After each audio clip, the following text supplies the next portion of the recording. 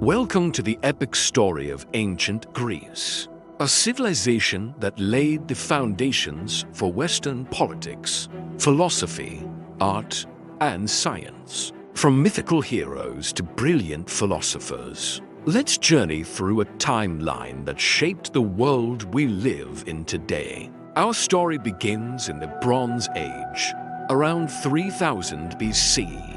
On the island of Crete, a powerful maritime civilization emerged, the Minoans. Named after the legendary King Minos, they built magnificent palaces like Knossos, adorned with vibrant frescoes depicting bull leaping and sea life. They developed a writing system called Linear A, which remains undeciphered. Adding to their mystery, the Minoans dominated the Aegean Sea through trade, creating a sophisticated culture that valued art and commerce. Their influence was felt across the Mediterranean, setting the stage for what was to come. Around 1600 BC, a new power rose on the Greek mainland, the Mycenaeans. Unlike the peaceful Minoans, the Mycenaeans were a warrior society. They lived in heavily fortified citadel palaces like Mycenae, home of the legendary king Agamemnon. They spoke an early form of Greek and wrote in a script we call Linear B, which was deciphered in the 1950s. The Mycenaeans are the heroes of Homer's epic poems, the Iliad and the Odyssey. Their legendary Trojan War, whether fact or fiction, captures the spirit of this heroic age. But this golden era of heroes and kings was not to last. Around 1200 BC, a mysterious collapse swept across the eastern Mediterranean. Great civilizations, including the Mycenaeans, fell. Palaces were abandoned, trade routes vanished, and the art of writing was lost. Greece entered what historians call the Dark Ages. It was a period of decline and depopulation, but it wasn't entirely empty. Small, isolated communities survived, and new social structures began to form. Oral tradition became crucial, with bards singing tales of the glorious past, keeping the memory of the Mycenaean heroes alive. It was in this environment that the seeds of a new Greece were sown. A Greece built not on grand palaces, but on something entirely different. As Greece emerged from the Dark Ages around 800 BC, we enter the Archaic period. This was an age of incredible innovation and change. The most significant development was the rise of the polis, or city-state. Instead of a single kingdom, Greece was a collection of independent communities, like Athens, Sparta, and Corinth, each with its own government and identity. This political fragmentation led to constant competition and conflict, but it also fueled creativity and experimentation. During this time, the Greeks adopted the Phoenician alphabet, adapting it to their own language and reintroducing literacy. This allowed for the writing down of epic poems long passed down orally. The legendary poet Homer finally committed the Iliad and the Odyssey to writing, preserving the tales that would become central to Greek identity. A key feature of this period was a shared sense of Greekness, or Hellenic culture. One of the most powerful expressions of this was the Olympic Games, first held in 776 BC in Olympia to honor the god Zeus. Athletes from across the Greek world would gather to compete in events like running, wrestling, and chariot racing. A sacred truce was declared, allowing safe passage for all participants. The Games were more than just an athletic contest. They were a religious festival and a celebration of a common heritage, uniting the fiercely independent city-states. The Archaic period also saw a massive wave of colonization, driven by overpopulation and the need for resources. Greeks set sail across the Mediterranean, establishing new cities from Spain to the Black Sea. This expansion spread Greek culture, language, and political ideas far and wide, creating a vast network of trade and cultural exchange. By the 5th century BC, we enter the classical period, often called the Golden Age of Greece, with Athens at its heart. After miraculously defeating the massive Persian Empire in a series of wars, Athens emerged as the dominant naval and commercial power in the Aegean. This newfound wealth and confidence ushered in an unprecedented cultural flowering. Under the leadership of the statesman Pericles, Athens became a beacon of democracy. For the first time in history, citizens, though limited to free adult males, had the power to participate directly in their government, debating laws and making decisions in the public assembly. Pericles championed massive public building projects, the most famous being the Parthenon on the Acropolis, a temple dedicated to the goddess Athena that remains a symbol of classical beauty and perfection.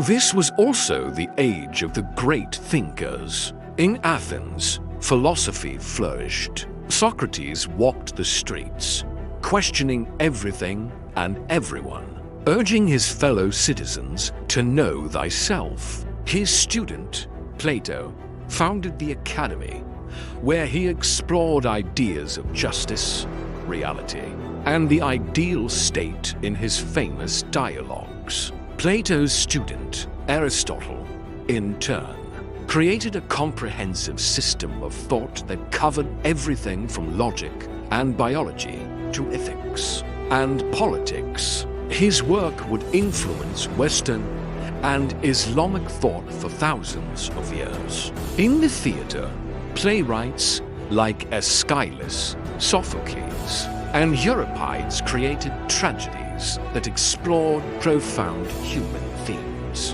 while Aristophanes wrote comedies that satirized politics and society.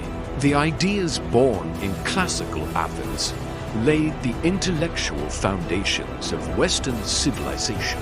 But this golden age was not peaceful.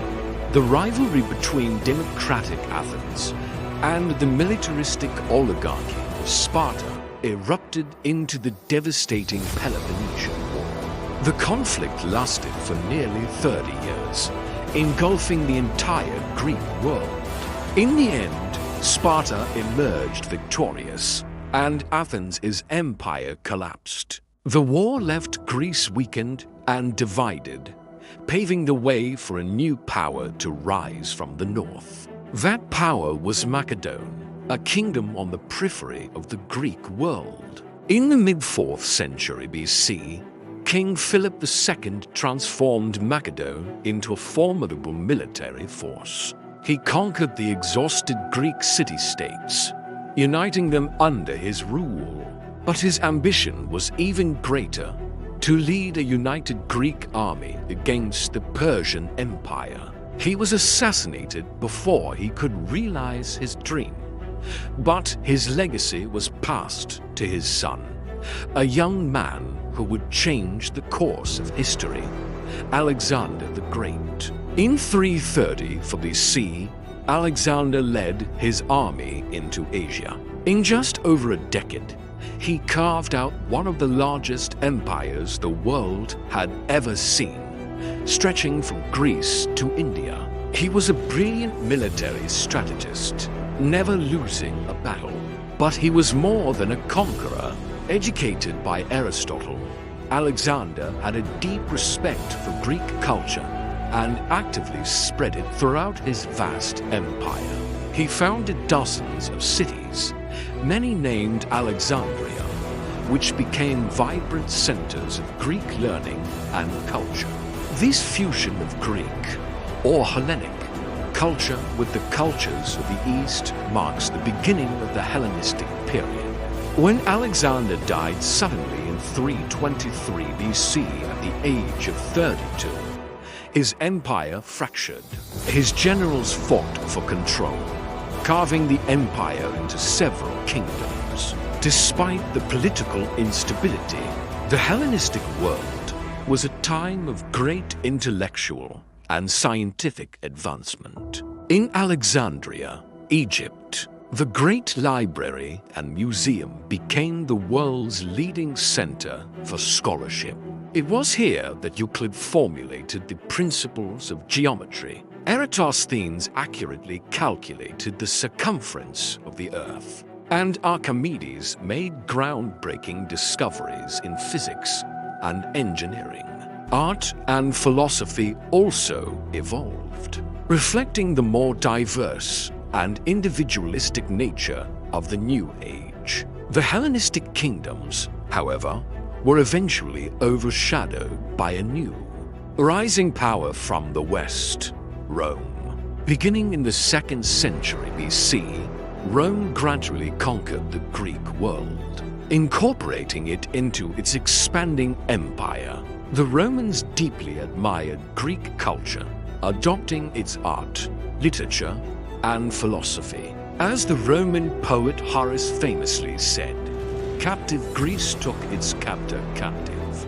Greek remained the language of learning and culture in the eastern half of the Roman Empire for centuries. When the Roman Empire eventually split, the eastern part, with its capital at Constantinople, became the Byzantine Empire.